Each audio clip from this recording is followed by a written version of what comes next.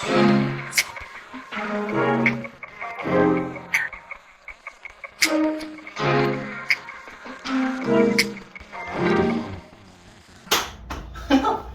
everyone, welcome to another episode of the DoersCast, an original series powered by entrepreneurs at Austin. I'm your co-host, Mr. Gardner. And I'm your co-host, Rodney Bradford Duransburg. The DoersCast is focused around entrepreneurs and small business owners who are putting actions to their ideas to achieve their goals. These people are the ultimate doers among us, and it's our job to highlight their experiences. So today we have two very special guests. One is a first-generation attorney from El Paso, Texas. She studied psychology and Mexican American studies at the University of Texas. She attended the University of Houston for law school, and now she's utilizing her knowledge as an attorney to assist immigrant and minority entrepreneurs to create strong legal foundations for their businesses. And and she's also the co-founder of the Women of Color Collective here in Austin. And our other guest has earned her bachelor's in elementary education and teaching over at the University of Puerto Rico, and right now is currently pursuing her doctorates in bilingual and bicultural education at UT, where her research focuses on the preparation on Latinx teachers across contexts for decolonial methodologies and critical literacies. And additionally, on that, she's also one of the co-founders for the Women of Color Collective down here in Austin. All right, so ready to kick it off? Please welcome Diana and Melendez and Miss Nathaly Batista Morales. Thanks for coming on for today, guys. Thank you for having us.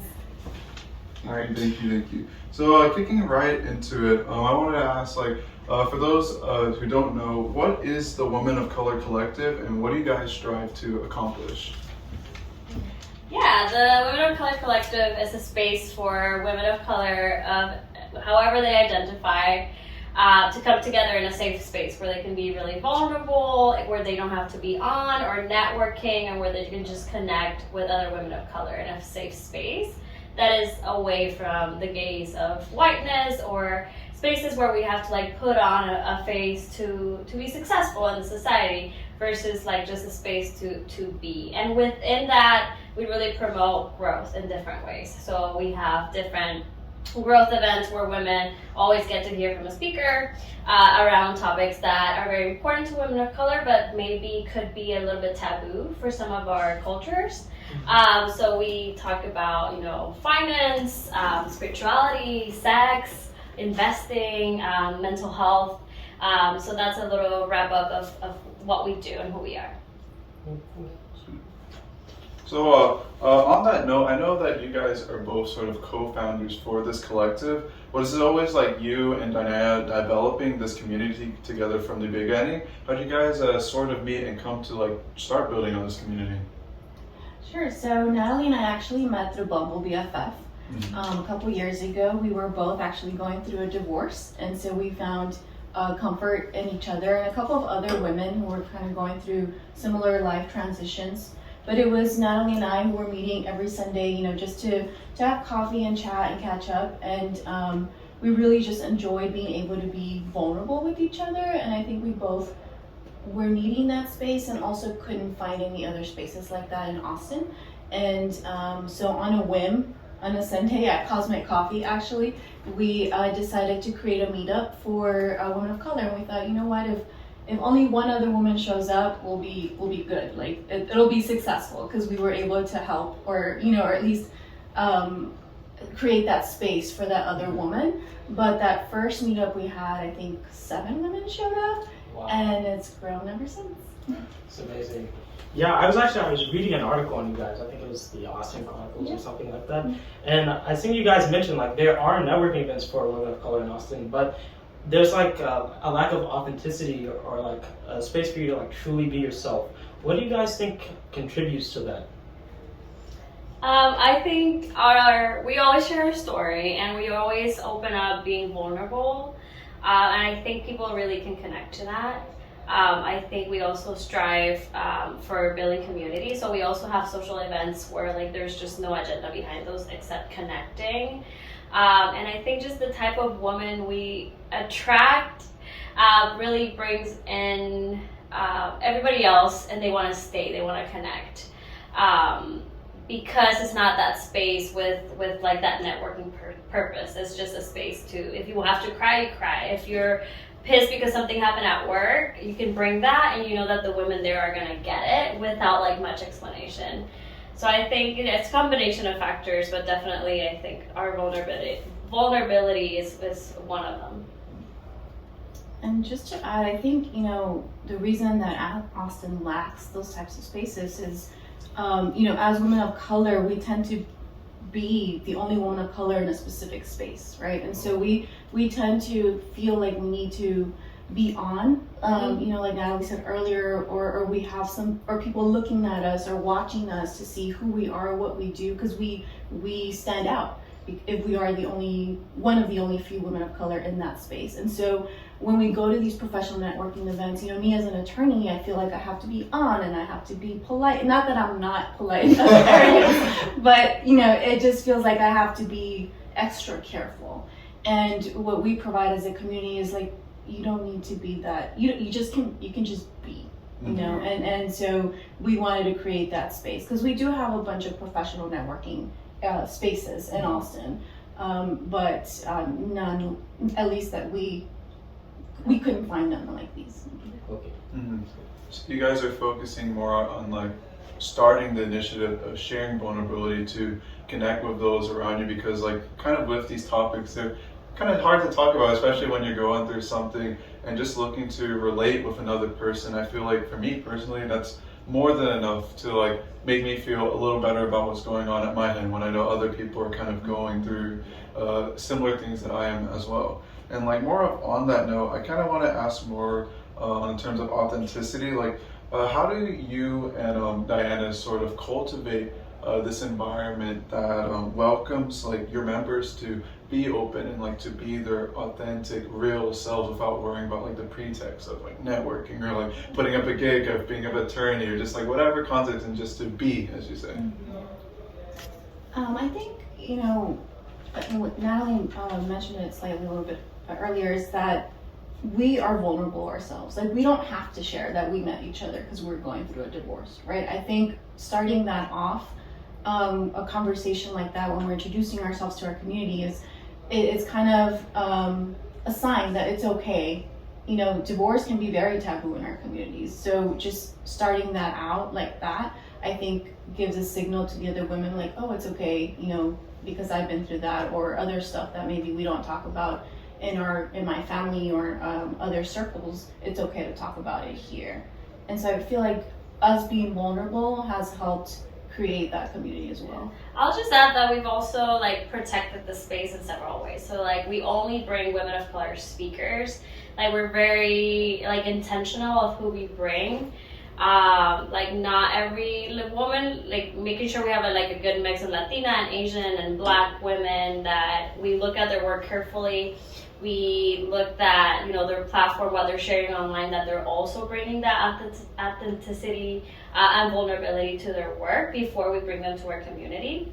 We have also had a lot of allies, white women and men, who have wanted to like participate in the space, and we kindly share that like this is a space particularly reserved for women of color, and we explain why that's important. So I think our women always feel like this is a safe space that will be protected, where no one that I'm not familiar with or expecting will ever be there.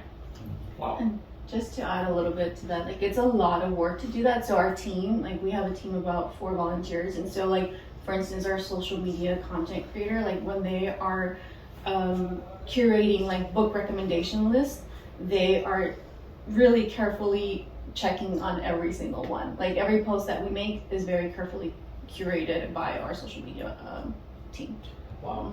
Yeah, I like the point that you touched on with, I guess, sort of screening like the people that you bring in, because just because they're a person of color, it doesn't mean that they're sort of like with the cause, right?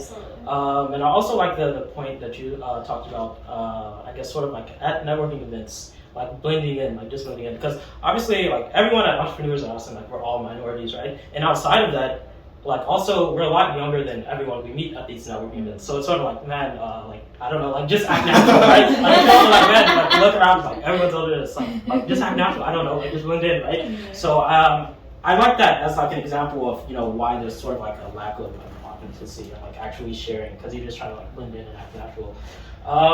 But I guess going back, could you guys sort of share like some of the obstacles you faced like in the early days? And I know it's still the early days. Like you guys founded this like November 2019, right? Yeah. So it's still a little bit early, but like getting it off the ground, like what were some of the obstacles you faced? I'm like, COVID! So we had like 1 or 2 in-person events, correct me if I'm wrong, before COVID struck. And then we had to like quickly move online. I was actually out of Austin. I went to see my partner in Spain for spring break. I got stuck there for 2 months. So we just quickly, like, I think based on what I needed community. Like I was in a situation where, yeah, I was safe. Yeah, like my basic needs were met, but I was taken away from my entire community across the ocean for 2 months. So like I really needed to connect. And that's when we started the Sunday chats. Yeah. The community chats on Sunday because people were going through so much. So we like quickly shifted to that. We shifted to like our growth events where we bring in speakers to online as well. So I think it's been a long time. We just started our in-person events a few months ago. So definitely that's the one that comes to mind the most. But it also opened a lot of opportunities to bring like Nora, who is like an investment specialist from California, right? And we like maybe wouldn't have imagined that opportunity if we had just had our site in-person events only. Yeah, I think, aside from COVID, it actually, because everybody needed community, it was a challenge to shift, but it also seemed kind of organic that the community grew because people were searching for community. So like our weekly Sunday chats or even like Friday happy hours that we had, virtual happy hours, and people would show up, and it was just every week. And I think consistency was really helpful because the women knew that they could, just show up on a Sunday if they felt like it. And I think that really helped develop our community through the pandemic, and it's grown. I mean, it really grew. Majority of it has grown through the pandemic. Wow.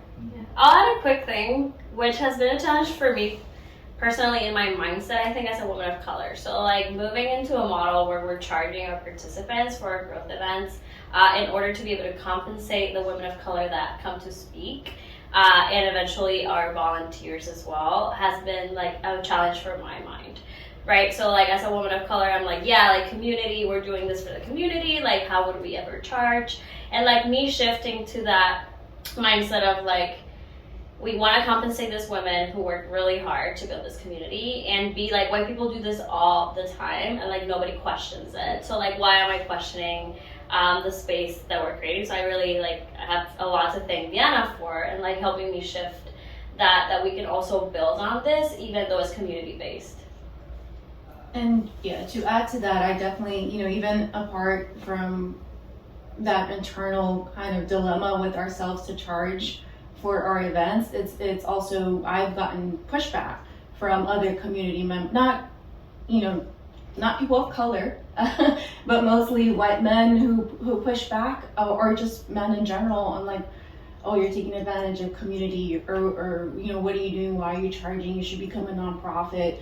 And so it's challenging that idea of like, as women of color, we deserve to get paid, and this is what we're doing, and we have, women are interested in investing in each other and ourselves. Our community is interested in investing in ourselves, and so shifting that mindset of like, this is an investment in ourselves that's going to help the community here, but also the community at large. Mm-hmm. Was this a shift that you guys are like already made of charging people for the growth events? Yeah, we started actually at the beginning of this year. Okay. Mm-hmm. Oh yeah. So before you guys were sort of charging for these growth events, how are you guys like funding more of like your events and gatherings? Was it coming like out of pocket for you guys? Or? We were both funding it for the first year. We funded it all ourselves. Wow. It's noble, very noble. But our guest speakers also did not charge us for the first year. Absolutely. It was at the beginning when we decided to do the shift in January of this year. We asked the speakers, please charge us your going rate, because we want to make sure that you are getting paid for what you have worked so hard for. I'm glad you guys actually brought this up. I'm sorry, I have to stop saying you guys. But I'm glad you brought this up because we were actually speaking with Fayez Rana, co-founder of Prepudor. Shout out to Fayez, by the way, about social entrepreneurship. Yeah. And sort of people seeing it as, oh, you pretty much like they don't like when you're making money like too much when it's supposed to be like a social aspect to it or it's like a for a cause. But it's like if you're helping, there's nothing wrong with making money, if you're adding value. So I'm glad you both touched on that. And sorry to interrupt. Just to add, it's just if we don't get money to help, then who's gonna do it, right? Like Exactly. we can't survive. We can't fund it all ourselves forever and ever. So who's gonna do it if not us? And we need to get compensated for it. Exactly. Mm-hmm. So I kind of want to take this shift and more of like the exposure aspect. How did you guys go about, like, did you have an end goal of mind of getting to the community number that you're at now from like starting off with only 7 people, like with 7 people coming to the first meetup? Is there any like strategies you had in mind to increase exposure for your collective, or did you always envision that as more of like a tight-knit group? It's a great question. You want to take it? I mean, Not really. Okay, so we definitely love the tight-knit feel of our community, especially, the small group, 7 to 10 people, like we have amazing, incredible organic conversations that happen. But we do want more women to be exposed to what we offer, right? And so we, as a team, for certain events, we have certain goals. So, it at first we didn't really have goals. Yeah. It just kind of like whoever comes, great. We just want more people to be here. But once we hit like 15 people for a growth event, we're like, okay, let's hit 30 for next time, right? And so we made it a goal to have a social media plan for content. We also made it a goal to reach out individually to certain people and inviting them. Having that personal invite, I think, makes a huge difference for people to come to our events because they don't feel, as intimidated or alone to come out. 100%. That sort of like initiative, like reaching your hand. I was like, yo, you're welcome to be here. Once again, putting your first step forward. And with the events that the people kind of go to, what goes on during like your growth events? Are growth events the only things that you guys have at the Women of Color Collective? We have 2 types of events. We have our socials once a month, and those the most successful has been the hike. Shout out to Coco, our socials volunteer. She's great. So those are just a space to like be outside, grab a drink, and just connect. And they end up being like really deep, great conversations. So they're really cool. And then we also have those growth events. We invite the speaker, we prep for with them, but we really just give them the space to be the expert in a topic. So they'll usually like come in. They can either be like presentation-ish based with conversation, or they can be very workshop-y, a space to just create. So I think my favorite was with Irma. She's a sex educator, and she brought these canvases and paint because she wanted to have these really deep conversations about, our identities, our sexual lives, our childhoods, like who we are as sexual beings, and like all those taboos while people were painting, to sort of like get their mind off like the, how hard it is to have these conversations. So really like speakers have like all the freedom in the world to create the space that they want to create. And because we pick them up, like we pick them very carefully, we really trust that they are going to like deliver to the community. Could you explain who your first speaker was and the process to get them to come to the growth I event? think it was Irma. I think our first growth event was February 2020, so right before the pandemic. Yeah. And so that was when we just, I guess we had been hosting more of socials, maybe a couple of 2 socials before, just small meetups with women. And so one of the topics that came up frequently about wanting to talk about is sex. And I think, I knew about Irma Garcia through a friend. I think he had, pointed her out to me because she has curly hair. I'm like, oh, you'll connect with her because she has curly hair. She posts about what she does to her hair sometimes or something like that, maybe. Yeah. But, and then she started her platform for, and it's Dirty South Sex Ed. And so we reached out to her on Instagram and asked if she was interested. And I think she had just become a certified sex educator. And she, was happy to do it and created this amazing little pamphlet of educational materials, brought sample sex toys and workbooks, and so it was just a really great first event, and we really didn't have to work too hard. No. Yeah, I mean, I think women of color want to give back to our community, like I said earlier, and so we are very fortunate in that sense that people want to do that, and also we want to give them the space to elevate themselves and their own business as well. Wow. And Irma did this for free? Yeah. Wow, that's a blessing. Imagine just reaching out and saying hey, you want to help? And I do all of that, just free. Yeah, our speakers have definitely gone above and beyond for our community, and we're so grateful for that. We have invited her for a second time, and we did pay her, by the way. Wow. Sweet. It's been full circle. So more of on your collective, are there any specific networking events or job opportunities or just anything that your members gain by joining outside of being able to have a down to earth conversation partner? Not yet. These things happen organically, so they do find opportunities by connecting with each other. We've had a woman who told us hey, I was planning to leave Austin, and because I found you guys, I didn't. Wow. So even that, because we know our city's becoming less and less diverse, right? We do have, and I'll let Diana talk more about future plans, but definitely having a base, how do you call that on the internet? Just a place where they can find a platform? a platform to post your business. So maybe you want to support only businesses by women of color, you can go in and find. So a directory, pretty much. Exactly, a directory. That's one of the ideas that we mentioned before.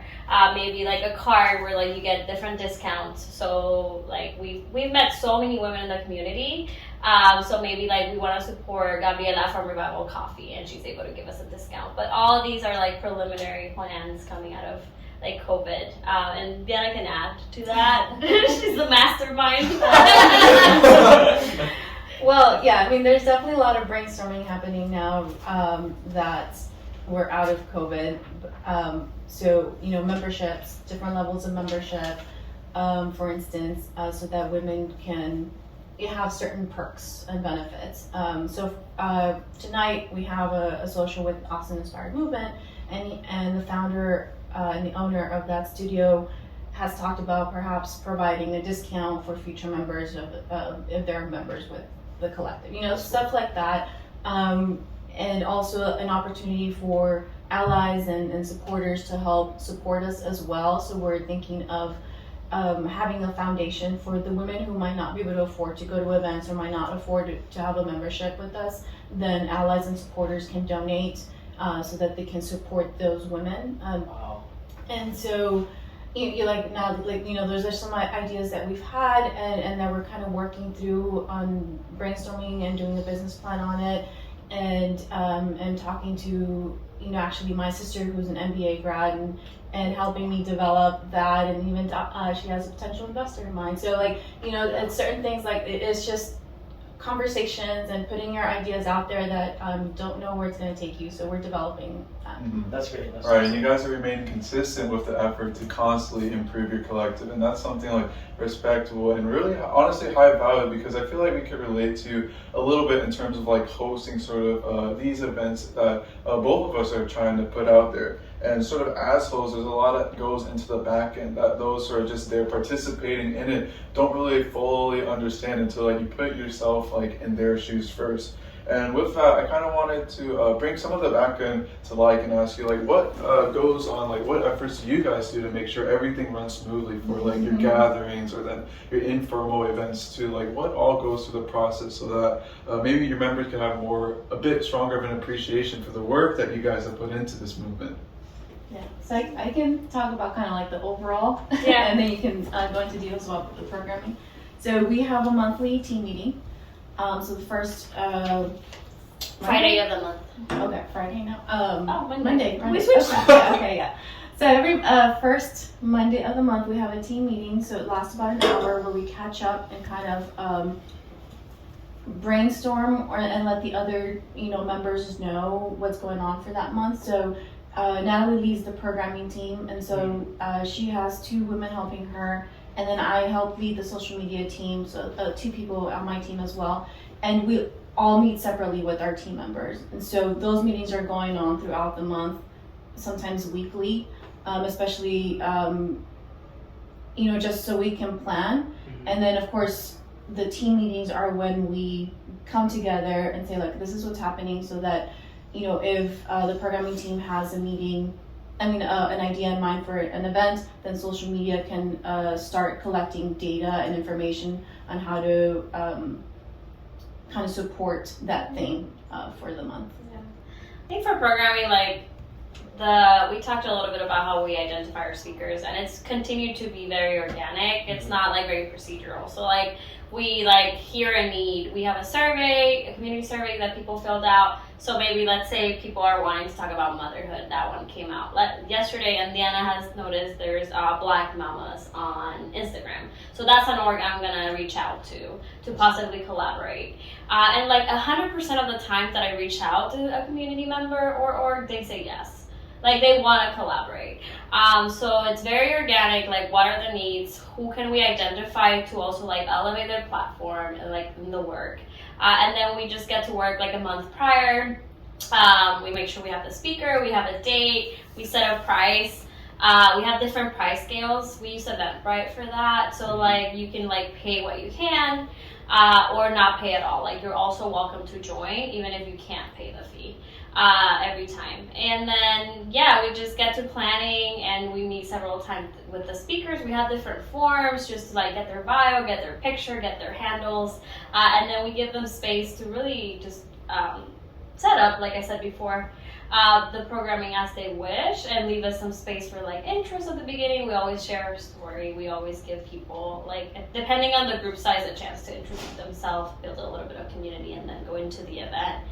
And then there's definitely space for growth. We definitely want to have a consistent survey after each event to gather feedback from the community. We want to establish clear processes for the women who were at the event to continue to connect. So after our investment event, for example, women shared they wanted to continue learning about it. So we got a book rec from the speaker, and we put together a book club. So it just is very organic and very responsive to what the women want, but definitely a lot of work consistently. Yeah. And it's the usual kind of event planning stuff, right? Like transportation, or getting materials, having to print out stuff so that we could put on the table. Having to get refreshments and drinks, and so that was all the stuff that's coming out of our pockets, right? Now we have a little tiny reserve where we can we can get those materials, but it's today we have a social, and so I have to plan to be there, or at least to start preparing an hour in advance, and then be there from, just because of this particular social, they don't usually last this long, but from 7 p.m. to 1 a.m., right? And so it just kind of depends on the social, Yeah. What's the social? It's a salsa. It's a salsa and bachata class, and then dance social after. That's cool. Yeah. And we didn't even cover none of the work that the social media team does, which is, I'm not gonna let Diana talk about it because she's more aware, but when I'm not in that team, and when I see the content, I am super impressed about the quality of the content and how curated it is specifically for women of color, taking into consideration diverse sexualities, diverse abilities, super great. So Sweetco has been amazing at that. Mm-hmm. So there's a lot of work that goes into that aspect of maintaining the online community engaged and informed and educated and connected as well. Yeah. And just to add to that, so Sweetco and Diane, in the past few months have been doing great work. And then, you all know probably with social media, so posting content, planning for it, drafting the caption, all of that stuff, and then it not working, And we constantly on social media, which is really hard. I wanted to elaborate on a point you made with the surveys, because you like getting feedback is so important, and actually knowing what people want. Like, Yeah. oh, okay, they want this, instead of just like bringing people things. Like, oh, this, like, no, I don't like that. This, no. Like, feedback is so important, and I feel like a lot of people out there, like, they miss this point. Like, you have to actually ask and get feedback, instead of just throwing things out there. Because if you never get feedback, you never know what's actually wrong, or like, you know, oh, this isn't working. Why? You know, ask. So yeah, I like the fact that you'll touch on that. And one of the things we like to stress to our community is that we, you know, as leaders of the community, we want to be called out if something happens, or like we don't, you know, we have our own biases. We have, we're not aware of certain things or certain history, and so if there's a member of our community who says like, hey, y'all messed up on that, or you missed this or that, like we want to be able to say like, yeah, we did, you know, let us know how we can improve. Yeah. And so a lot of the times we do have the surveys, but also, you know, just talking to the women one-on-one has helped bring a lot of feedback to us as a team, and to figure out what the speakers want to bring. Mm-hmm. That's great that at its core, your pillar is sort of just open communication, where like we're kind of, people forget that business is more of like a human relations thing, where you're actually talking to other people, learning about their needs, and then like filling them with like what they're trying to accomplish. And it's glad that you guys are also welcoming sort of this open environment where like, hey, if I'm doing something wrong, call me out on it, so like I can improve too. Like no one is perfect here, and just being able to have those conversations. Like there's this quote where people say that like conflict is actually what brings people tighter together after they're able to like resolve it in more of a mature way, an open conversation. We're just saying, hey, these are the things that are bothering me, these are my bottlenecks. Oh, you're having these problems here, let's see how we could work together to build a better path forward.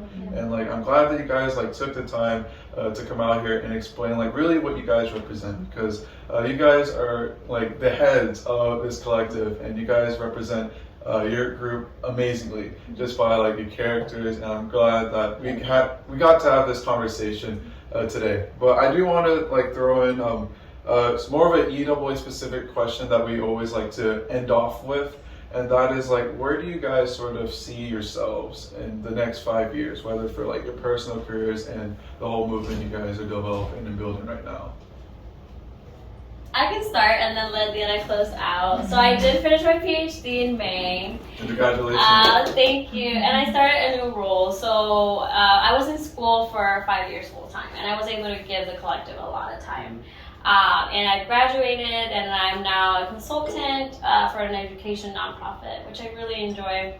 And it's just really demanding, and I travel all the time. So I've actually sort of transitioned into more like into the programming work, which is more education focused. And Diana will take more lead of like the executive side and like growing the vision.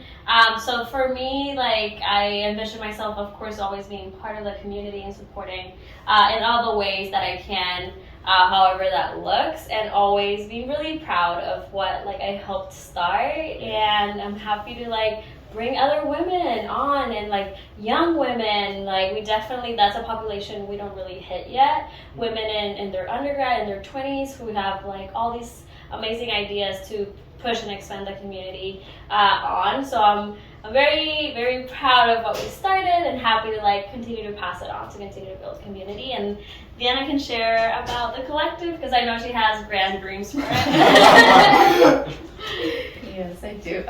Well, I guess to start, you know, we definitely want to expand the collective. So one of our team members, she recently had to take a step back because of her own side hustle, but she's from Houston. And so the idea for this year, at least a goal for this year, is to have a social or two in Houston to start kind of filling out the community, the women of color community in Houston. And so we're starting there, and then my little sister, who's helping with kind of like the expansion and business plan stuff, is in Denver. And so she's doing research on the women of color community there. And so we have feelers out, you know, right now for expansion, and that's definitely what we want to do. Although recognizing that it's really hard to maintain kind of like this unique, authentic feel to expand. So we really want to be careful about that and planning and That's trying. a great point. You lose that feel, right? Yeah, once you start expanding, if you're not careful, or if you do it too soon, or if you're rushed. Yeah. And so I definitely want to be careful with doing that.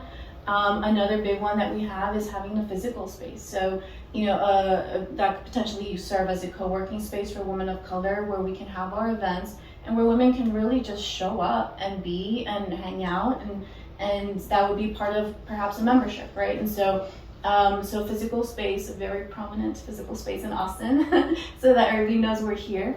And so those are the two big ones: a physical space and expansion, where I see the collective going. Mm-hmm. That's awesome. We had one more EAA related question, but before that, I wanted to ask you, Nathaly. I was doing some research. I've seen your website. You have this thing called academic snacks. Could you explain what is that? I did good research. Yeah, you did. So when I set up my website, I was just in the job market. So right, finishing your PhD, you don't know what's going to happen. You can either become a professor and be an academic, or you can go work in the industry, which is what happened to me. So like that website was just a setup for like, hey, I'm out here as an expert in bilingual ed and literacy, teacher preparation, a researcher.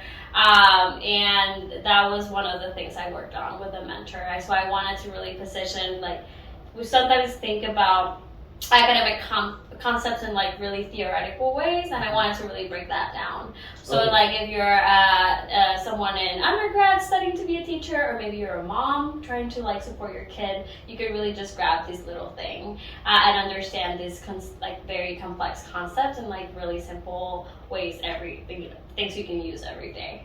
So that was the idea behind that. Okay. So I'm like academic snacks. So like, what do I eat while I'm studying? I'm like, I have some fruit snacks. But yeah. So our last EAA related question: what are both of you doing right now in your lives to be more of a doer? Wow. This is the DoersCast. Yes, we do the collective. Let me tell you. I recently started improv classes to just open up and connect with new people, and always like hold myself accountable to like doing new things, because like I know that's what brings me joy. I know I wanted to make space for those things in my life.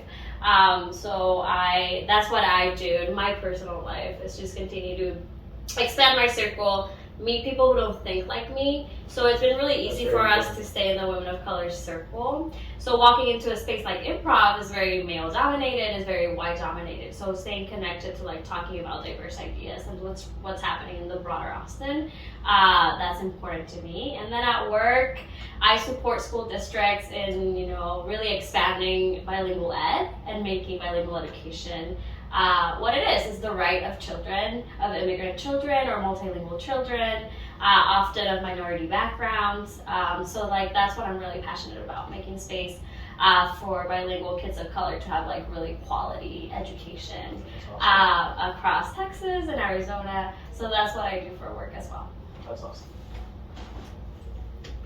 So for me, aside from the collective, I have my own business as an attorney, so I help majority immigrant entrepreneurs to set up their business, operating agreements, trademark, copyright stuff, all that. I have expanded that into estate planning, because a lot of business owners don't know that estate planning could also help protect their business and their family. And I've also, on the community side, I am on the board of Latinitas, a nonprofit organization here in Austin. And I'm also sitting on the commission for women for the city of Austin. Wow, that's amazing. Still find time to work on the club. I know. No excuses, people. No excuses. That's amazing. But hey, I think this was an Wait, amazing did you guys episode. ask about were you guys saying earlier you want to ask about like fundraising? Did you ask about that? Oh, they kind of touched on it a little bit. Kind of? Okay. Just making sure. But yeah, this was a very great episode. We're glad to have you guys on. We'll put your information down in the description as always. But hey, it's another episode of the DoersCast. And we'll see you guys another time.